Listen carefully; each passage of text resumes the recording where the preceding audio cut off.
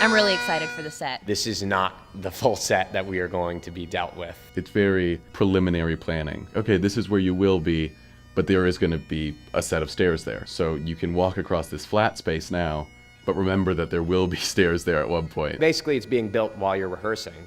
So as an actor, you're discovering this world along with everybody else. The further we get into it, when we start getting more tech elements like these thunder and lightning sounds for the witches scenes, it makes it seem a little more realistic for us. We go through tech the weekend before, but even then, we're still getting lighting. Some set elements may not be there. You're still going in for costume fittings. And then dress rehearsal the night before is when you cross your fingers and just hope everything plans out. I think the big standout moments in this show is where you see a character appear as a ghost. Do you try to do that technically? Do you do it strictly in performance? As a lighting designer, how do I do this in a way that, first of all, the audience understands what's happening, that it's not just the character back on stage? I brought in this sort of saran wrap-like ghost. We went from that to he needs to be light reflective to if he were pale and ghost-like but had on the same clothes, we would know who he is. The way I light them has to be very different than I've lit anyone in the rest of the show. So it's the lighting that's helping with the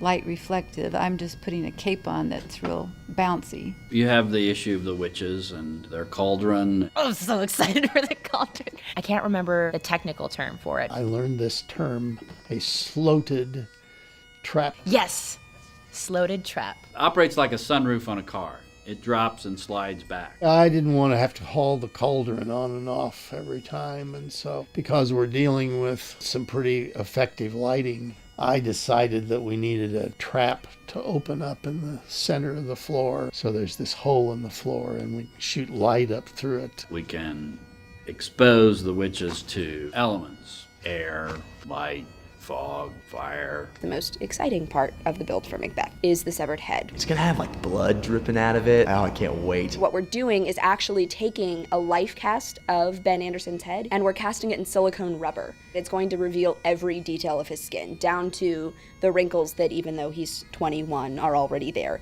So in that moment where Macbeth falls and you have Chris Haley just slash off his head, he's going to be able to lean down, pick up the severed head, and it will actually bleed as he picks it up. I think actually my favorite part of the head, seeing it, and this is just the first stages of taking it out of the mold, but some of Ben's eyebrow hair that the release cream didn't catch all the way when we were actually life casting his head, some of the eyebrow hair actually ended up in the severed head itself, so it has a little bit of Ben in it. There will be lots of blood and lots of gore and lots of fun things to look forward to. When we have it all together, all those elements, it'll be like we're in a whole different world.